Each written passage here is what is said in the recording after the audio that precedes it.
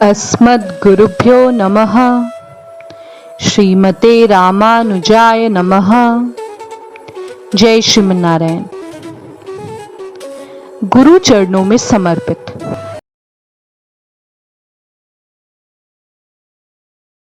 चेलाग्य लांबा का वृत्तांत। यतिराज अपने शिष्यों को साथ लेकर चेलाग्य लांबा के घर पधारे। चेलाग्य लांबा ने उनका आदर सत्कार करके प्रसाद पाने का आग्रह किया। रामानुजाचार्य काषाय वस्त्र में न होने के कारण चेलाग्य लांबा उनको पहचान नहीं पाई। उन श्री वैष्णवों को प्रसाद पाने के लिए संकोच होते देख चेलाग्य लांबा ने बताया कि वे भी रामानुजाचार्य की शिष्या हैं। ऐसा कहकर उन्होंने यतिराज का कृपा रूपी चरण संबंध कैसे प्राप्त हुआ इसका वृत्तांत बताया। वह वृत्तांत इस प्रकार है। बहुत वर्ष पूर्व गांव में पड़े अकाल के कारण चेलाग्य लांबा अपने पतिदेव के साथ श्रीरंगम चली आईं। एक बार उन्होंने देखा कि यतिराज भिक्षाटन करते हैं, फिर भी अनेक राजा महाराजा विद्वान उनका पूजन करने प्रतिदिन आते हैं। एक बार चेलाग्य लांबा ने यतिराज का मार्ग रोककर इसका कारण पूछा। यतिराज ने बताया कि भगवत संबंधी सुंदर मंत्र रत्नों के उपदेश के कारण वे लोग मेरा कैंकर्य करते हैं। यह सुनकर चेलाग्य लांबा ने भी मंत्रोपदेश का आग्रह किया। तब यतिराज ने उन्हें समाश्रित करके मंत्रोपदेश दिया और वे जब श्रीरंगम से लौट रही थीं, तब उनको अपनी चरण पादुकाएं प्रदान की। चेलाग्य लांबा का वृत्तांत। यह वृत्तांत सुनकर यतिराज अति प्रसन्न होकर चेलाग्य लांबा को प्रसाद बनाने की अनुमति दिए। उस साध्वी ने स्नान करके दूसरे स्वच्छ वस्त्र धारण किए और रामानुजाचार्य के चरणावृंद ही मेरे शरण्य हैं ऐसा कहकर रसोई बनाई। फिर भगवान को भोग लगाकर गुरु परंपरा और द्वय मंत्र का अनुसंधान करती हुई आचार्य के श्री विग्रह का ध्यान करके आचार्य को प्रसाद अर्पण किया। फिर समस्त श्री वैष्णवों को साष्टांग करके उनके चरण प्रचालन करके फिर उन्हें प्रसाद ग्रहण करने की विनती की। यतिराज सब देखकर अति प्रसन्न हुए और उनसे आचार्य चरण पादुका मंगवाई। चरण पादुका भक्ति पूर्वक गंध पुष्पादि से पूजित देखकर प्रसन्न होकर यतिराज ने उस साध्वी से पूछा कि तुम्हारे आचार्य इस समुदाय में उपस्थित हैं या नहीं।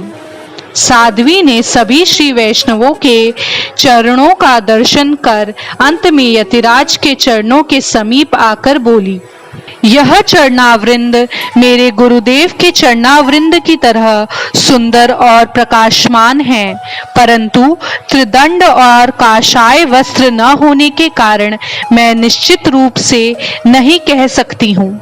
इतना सुनते ही यतिराज बोले कि हाँ, मैं ही रामानुजाचार्य हूँ और कुछ कारणवश मैंने श्वेत वस्त्र धारण किए हैं। तब चेलाग्य लांबा आचार्य को देखकर रोने लग गईं। यतिराज ने सभी शिष्यों से आज्ञा की कि यह प्रसाद विदुर जी ने भगवान को निवेदन किए हुए अन्न की तरह पवित्र तथा परिशुद्ध है और इसमें कोई दोष नहीं। सभी श्री वैष्णवों ने प्रसाद पाया और फिर चेलाग्य लांबा ने सभी के पत्तलों से बचे हुए अवशेष प्रसाद को अपने पति को पवाया और खुद प्रसाद पाए बिना जमीन पर सो गई। पति के पूछने पर साध्वी ने पति को बताया कि आप श्री वैष्णव नहीं हो, इसीलिए मेरे आचार्य ने प्रसाद नहीं पाया और आचार्य ने नहीं पाया, इसलिए मैंने नहीं पाया। यह सुनकर उसके पति यतिराज से समाश्रित हुए। फिर यतिराज ने काषाय वस्त्र धारण किए और पूरे गांव को आश्रित बनाया।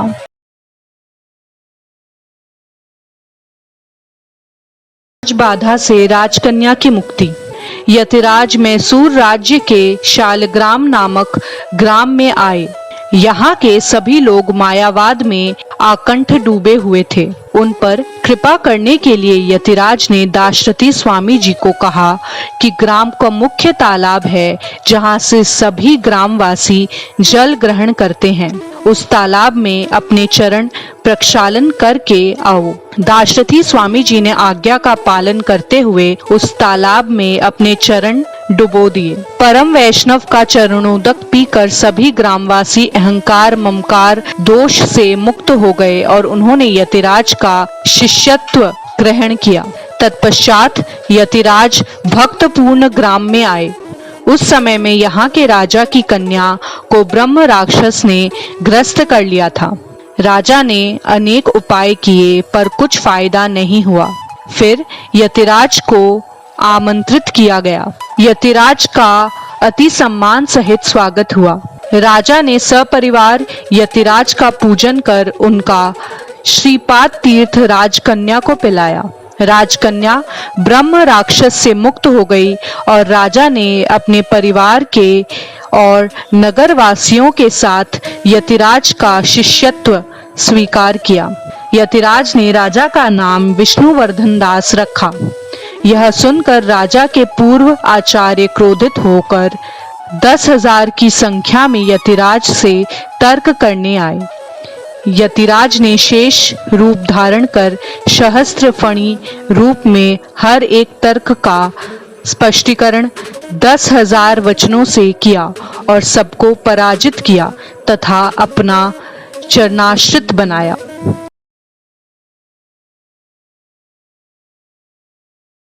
संपत कुमार भगवान की प्राप्ति।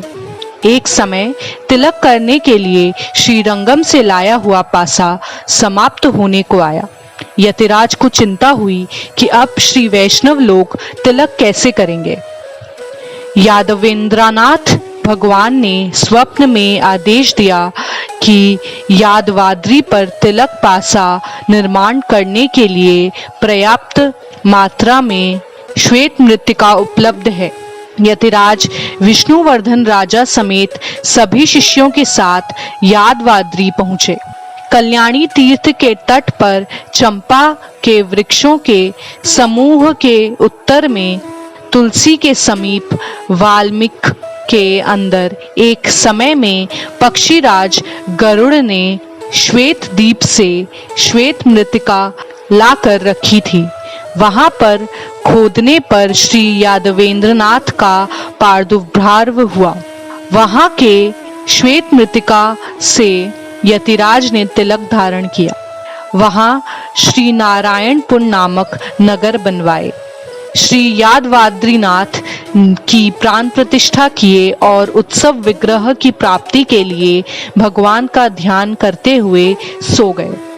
भगवान ने स्वप्न में बताया कि मेरे उत्सव विग्रह जो राम प्रिय के नाम से प्रख्यात हैं, इस समय दिल्ली नरेश के राजभवन में पड़े हुए हैं। तत्पश्चात यतिराज शिष्य समुदाय के साथ तथा विष्णुवर्धन राजा के सैनिकों के साथ राम प्रिय को लाने के लिए दिल्ली की ओर चल पड़े। दिल्लीश्वर ने स्वागत किया। यतिराज ने बताया कि वे राम प्रिय को लेने आए हैं, पर राम प्रिय नहीं मिले। फिर रात्रि में भगवान ने स्वप्न में कहा कि वे राजकन्या से सेवा ले रहे हैं।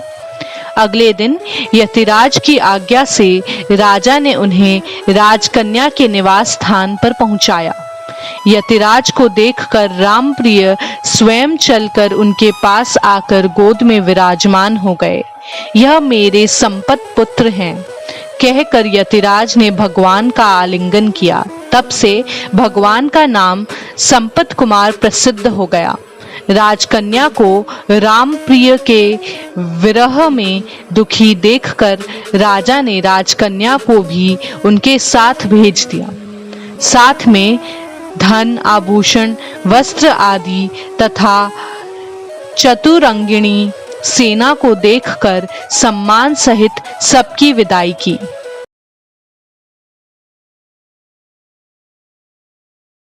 आचार्य द्वारा यादवाद्री पर श्री संपत कुमार भगवान की प्रतिष्ठा। यतिराज जब संपत कुमार भगवान को लेकर दिल्ली से यादवाद्री आ रहे थे, तब मार्ग में ही वह राजकन्या भगवान के श्री विग्रह में विलीन हो गई। तत्पश्चात श्री नारायणपुर पहुंचकर यतिराज ने विधि पूर्वक संपत कुमार भगवान का संप्रोक्षण करके मूल मूर्ति के समीप प्रतिष्ठित कर दिया। राजकन्या की भी मूर्ति बनवाकर भगवान के चरणावृंद में विराजमान किया। दिल्लीश्वर ने भी यह बात सुनकर अपने जामाता संपत कुमार भगवान के लिए बहुत धन प्रदान किया और यादवाद्री पर जाकर यतिराज का दर्शन किया। चारों वर्णों से भी अलग निम्न जाति के लोगों ने संपत कुमार भगवान को लाने में साथ दिया था। उन सब पर दया करके यतिराज ने यह मर्यादा निश्चित की कि संपत कुमार भगवान के वार्षिक उत्सव में 3 दिनों तक सभी जाति के लोग बलि पीठ तक जाकर भगवान के दर्शन कर सकते हैं और कल्याणी तीर्थ में स्नान भी कर सकते हैं।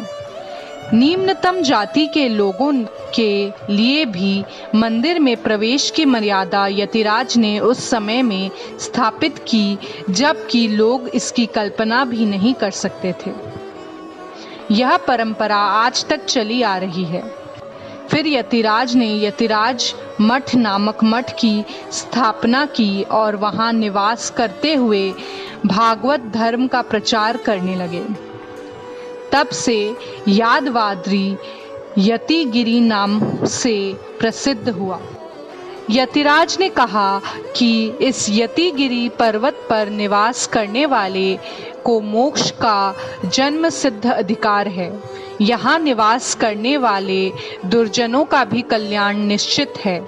संपत कुमार भगवान को पुत्रवत मानकर सदा उनकी मंगल कामना करते हुए यतिराज रंगनाथ भगवान के विरह जनित दुख को भूल गए। यतिराज के वियोग से दुखित होकर कृमिकंठ के अत्याचारों से भयभीत होकर श्रीरंगम निवासी श्री वैष्णव जन धीरे धीरे यादवाद्री पर आकर बसने लगे। श्रीरंगम श्री वैष्णवों से रहित होने लगा। यह देखकर रंगनाथ भगवान ने कृमिकंठ का नाश करने का निश्चय किया।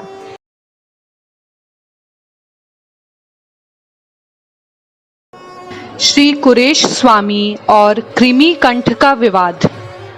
जब कुरेश स्वामी जी और महापूर्ण स्वामी जी कृमिकंठ के राज दरबार में लाए गए, तब उस श्री वैष्णव द्वेषी राजा ने कठोर शब्दों में कुरेश स्वामी जी से कहा, लिखो, शिव से बढ़कर संसार में अन्य कोई श्रेष्ठ तत्व नहीं।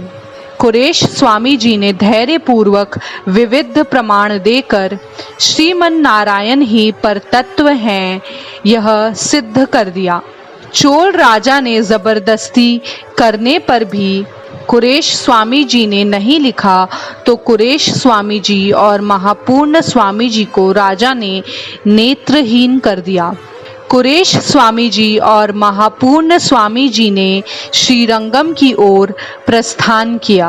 अनंत वृद्ध होने के कारण महापूर्ण स्वामी जी की परिस्थिति चिंताजनक हो गई। कुरेश स्वामी जी ने उन्हें अंतिम काल में श्रीरंगम चलने के लिए इच्छा व्यक्त की।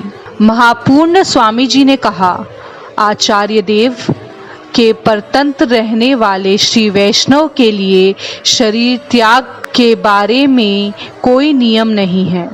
अगर मैं श्रीरंगम में चलकर शरीर त्याग करूंगा तो प्रसन्न श्री वैष्णव समझेंगे कि मुझे आचार्य वचनों पर विश्वास नहीं है। ऐसा कहकर महापूर्ण स्वामी जी ने 105 की आयु में शरीर त्याग कर वैकुंठ लोक को प्राप्त किया। तत्पश्चात कुरेश स्वामी जी महापूर्ण स्वामी जी के पुत्र तथा अन्य श्री वैष्णवों द्वारा श्री वैष्णव ब्रह्ममेध विधि से अंतिम संस्कार संपन्न कराकर श्रीरंगम आ गए। यतिराज यह वृत्तांत सुनकर अत्यंत दुखी हुए और यादवाद्री पर अपने आचार्य महापूर्ण स्वामी जी का विधि पूर्वक वैकुंठोत्सव कराया। इस वीडियो से जुड़े हुए कोई भी सवाल आप नीचे कमेंट बॉक्स में पूछ सकते हैं। धन्यवाद। वीडियो अगर अच्छा लगा हो तो इसे लाइक करें, अन्य भागवतों के साथ शेयर करें और हर वीडियो की अपडेट पाने के लिए चैनल को सब्सक्राइब करें। बेल आइकन दबाना ना भूलें। जय श्रीमन्नारायण। साष्टांग प्रणाम।